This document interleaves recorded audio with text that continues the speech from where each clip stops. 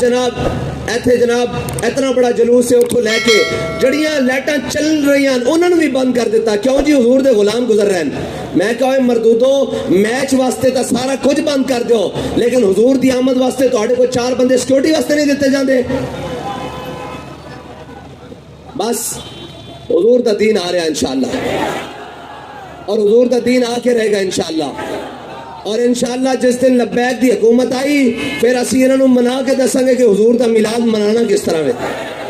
बाबा जी दा और सारिया सानू तुहाडी तरफों 5 नवंबर तक मुकम्मल इंतजामात मुकम्मल चाहिए। वो सिक्योरिटी होवे, वो हर चीज होवे। अगर तुसा ना कीते तो इंशाअल्लाह फिर तुहाडे गिरबान तो बढ़ के अपना हक लवांगे इंशाअल्लाह।